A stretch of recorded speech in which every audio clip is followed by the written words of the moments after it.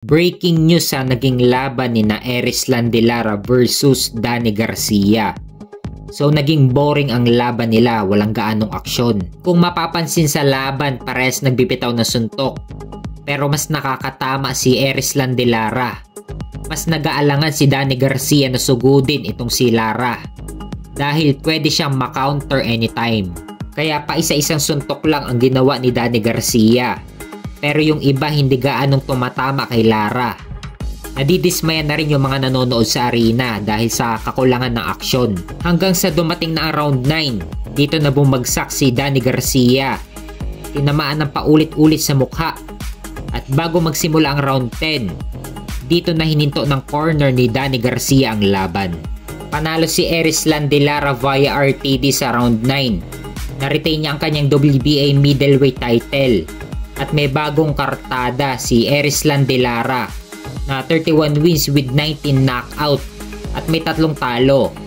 Samantalang si Danny Garcia naman ay bumagsak ang kartada sa 37 wins with 21 knockout at may 4 na talo. Ito na siguro yung tamang oras na kailangan na magretiro ni Danny Garcia. Natalo na siya sa kamay ni Keith Thurman, Sean Porter, Errol Spence at ngayon naman sa kamay ni Erislan de Lara.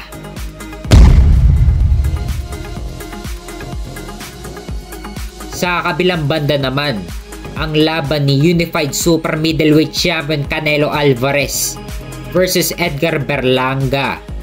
So pagdating sa mismong laban, solid na ang mga patama ni Canelo sa mga unang round pa lang. Hindi na malaman ang galawan ni Berlanga. Kapag sumusugod si Canelo o kino-corner niya si Berlanga, talagang natataranta na si Berlanga. Tapos yung mga suntok pa ni Berlanga, talaga suntok bahala, walang setup. Sa round 3, dito na bumagsak si Berlanga.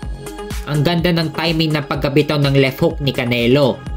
Talagang solid na kumonekta sa mukha ni Berlanga. Body shots at left hook ang pangunahing patama ni Canelo.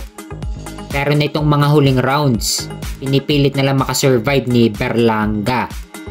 Talagang tinitiis na lang ni Berlanga ang mga body shots at mga uppercut ni Canelo. Hanggang sa umabot na sa decision ang laban. Panalo si Canelo Alvarez via lopsided unanimous decision sa score na 118-109, 118-109 at 117-110. Na-retain niya ang kanyang Unified WBC, WBO at WBA Super Middleweight title. At may bagong kartada si Canelo Alvarez na 62 wins with 39 knockout at may 2 talo.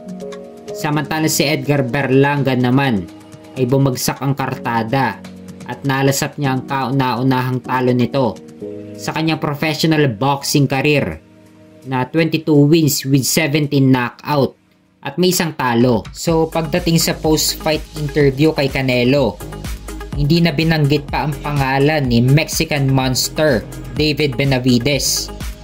Kasi wala rin naman mangyayari kung babanggitin pa ang pangalan ni David Benavidez.